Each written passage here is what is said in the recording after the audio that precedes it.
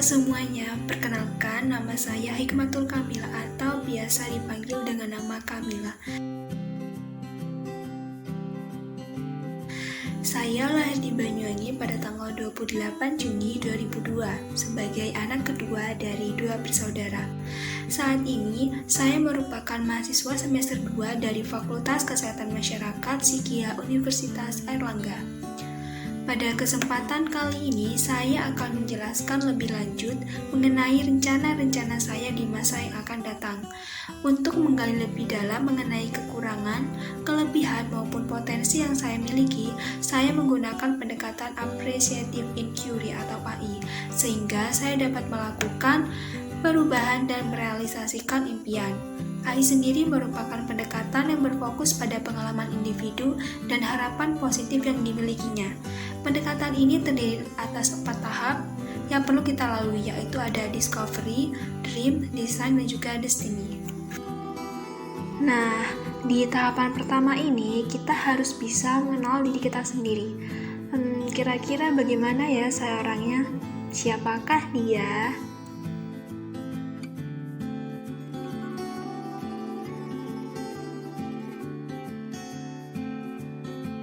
Nah, untuk tahapan yang pertama yaitu discovery. Discovery merupakan tahapan yang berupaya untuk mengenali, menggali, dan mengetahui kekuatan serta potensi dalam diri individu. Dalam mengidentifikasi diri sendiri, saya menggunakan tes kepribadian MBTI, di mana berdasarkan tes tersebut diketahui saya merupakan salah satu kepribadian INFJ, yaitu introvert, intuitive, feeling, dan juga judging. Saya termasuk orang yang introvert, namun saya juga suka bersosialisasi. Ketika bersosialisasi, saya lebih sering menunggu seseorang mengajak berbicara kepada saya. Barulah saya memberikan respon kepada seseorang yang mengajak saya berbicara. Saya juga lebih nyaman ketika berada di tempat yang tidak padat orang. Ketika saya sendiri, saya merasa nyaman dan bisa melakukan hal apapun, seperti mendengarkan musik, menonton film, dan hal lainnya yang membuat saya nyaman ketika sendirian, atau sering saya sebut dengan me time. Ketika saya tidak melakukan hal apapun, biasanya saya selalu merenungkan hal-hal yang perlu saya perbaiki dan mengevaluasi diri. Saya juga tipe seseorang yang jika mempunyai impian, saya akan berfokus pada hal itu dan mulai menyusun rencana dalam mencapainya. Seperti hal yang saat ini menjadi rutinitas saya sebagai mahasiswa, jika ada tugas dalam waktu kuliah seminggu, saya akan membuat list atau perencanaan sistematis kapan saya mulai mengerjakan tugas dan melihat prioritas tugasnya agar tepat waktu. Hal itu saya lakukan agar tugas yang saya kerjakan sesuai dengan jadwalnya dan tidak berantakan. Saya juga tipe seseorang yang mengedepankan perasaan. Jika mengambil sesuatu langkah atau keputusan, saya akan memikirkannya dan mengandalkan perasaan saya dalam menyelesaikannya. Selain itu, saya juga melakukan wawancara dengan orang-orang di sekitar seperti teman, lalu menganalisisnya melalui Johari Windows yang terdiri dari 4 area, yaitu open, blind, hidden, and unknown. Berikut ini adalah hasil tahap discovery yang telah saya lakukan. Nah, dari Johari Windows tersebut didapatkan pada bagian open, saya itu orangnya sabar, setia kawan, suka membantu, penakut, pendiam, kemudian ada kalem dan juga enak diajak berbicara. Untuk di bagian blind, saya itu orangnya taat peraturan, baik, tidak mudah menyerah. Dan untuk tahapan hidden, saya itu orangnya gugup dan juga mudah stres. Berdasarkan analisis tersebut dapat disimpulkan, saya merupakan seseorang yang memiliki kepribadian advocating.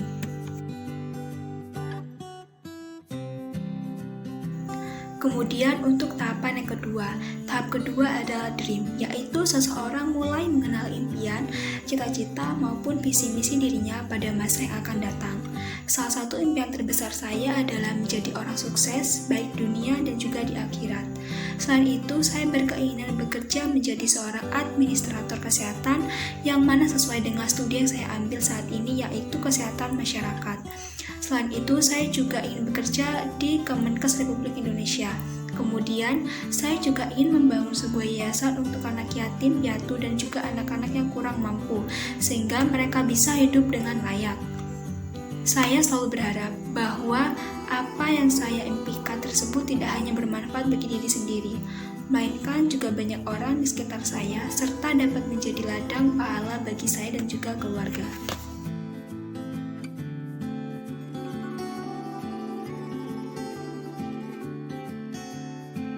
Kemudian untuk tahapan yang ketiga yaitu desain. Tahap berikutnya adalah desain, yaitu membuat perencanaan untuk merealisasikan impian yang telah ditentukan pada tahap sebelumnya. Berikut ini saya sudah merencanakan rencana saya untuk 10 tahun ke depan. Pada tahun 2022, saya mendapatkan IPK di atas 3,5 dalam perkuliahan. Hal itu mulai saya lakukan dengan rajin mengerjakan tugas dengan benar, berusaha mendapatkan nilai kuis yang baik sehingga mendapatkan rata-rata nilai yang memuaskan. Selain itu, saya juga berencana ingin meningkatkan kualitas berbahasa Inggris saya dengan mulai membiasakan membaca buku berbahasa Inggris dan mengikuti kelas bahasa Inggris online. Dan saya ingin mencari informasi lomba-lomba. Hal tersebut mulai saya lakukan dengan mulai mencari informasi melalui Instagram atau media sosial lainnya. Selain itu, saya juga mulai ikut grup lomba-lomba dalam aplikasi lain. Kemudian di tahun 2023, saya berencana ingin mulai mengikuti pelatihan magang agar nantinya terbiasa dengan dunia kerja, serta ingin meningkatkan soft skill diri. Upaya yang bisa dilakukan dengan mengikuti webinar atau seminar yang mengadakan event tentang informasi magang, mencari dalam Instagram seperti DPKK UNER yang biasanya menginformasikan mengenai informasi magang bagi mahasiswa Universitas Airlangga. Saya juga ingin mengikuti studi exchange ke luar negeri agar bisa mengetahui dunia pendidikan di sana dan mengeksplor berbagai hal di sana nantinya.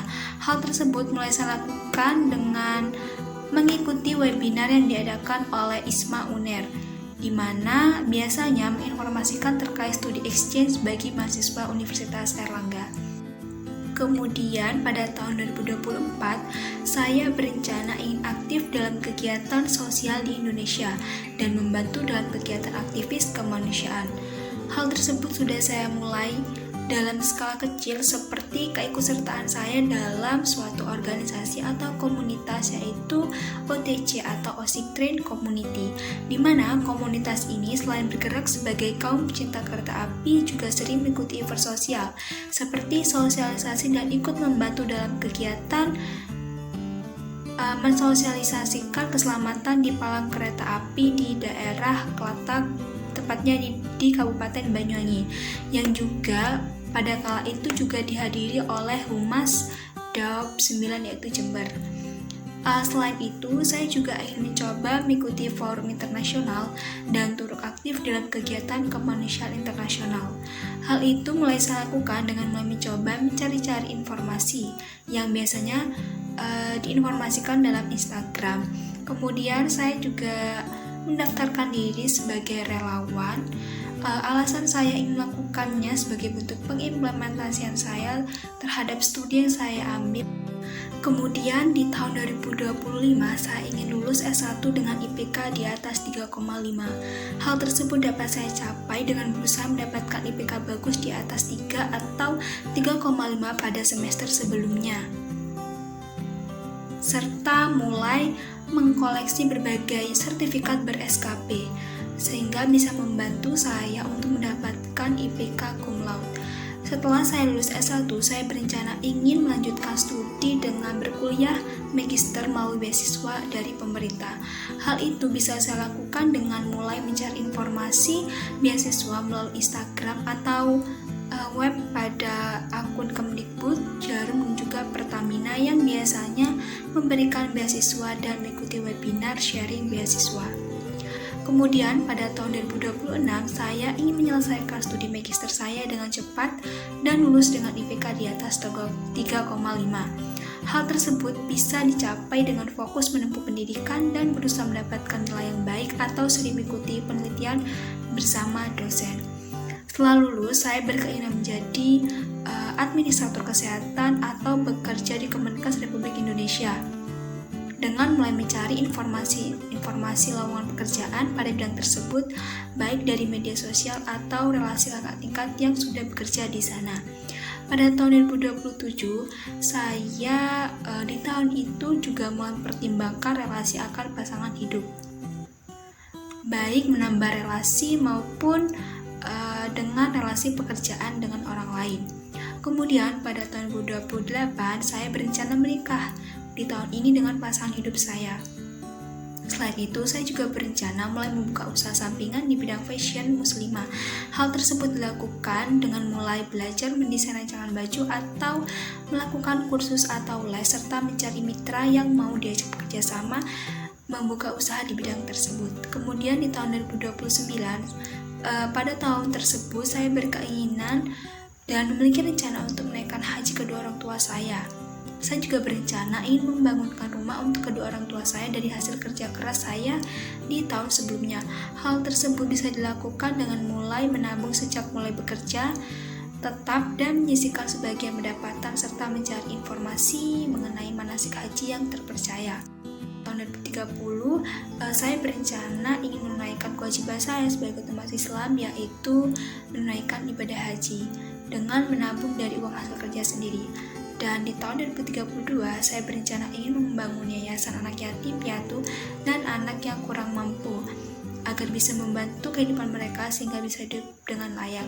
Hal tersebut akan saya lakukan dengan mulai bekerja sama dengan pihak swasta atau membangun sebuah komunitas yang mana komunitas tersebut peduli dengan kehidupan antar sesama manusia.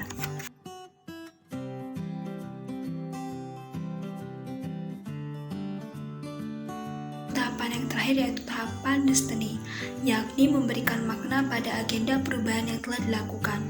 Dalam perjalanan saya menggapai cita-cita dan mimpi saya selalu percaya bahwa usaha yang kita lakukan tidak akan sia-sia jika kita bersungguh-sungguh, serta dibarengi dengan niat yang kuat. Apapun hasilnya, itu adalah hasil terbaik yang sudah ditetapkan oleh Tuhan Yang Maha Kuasa terhadap kita.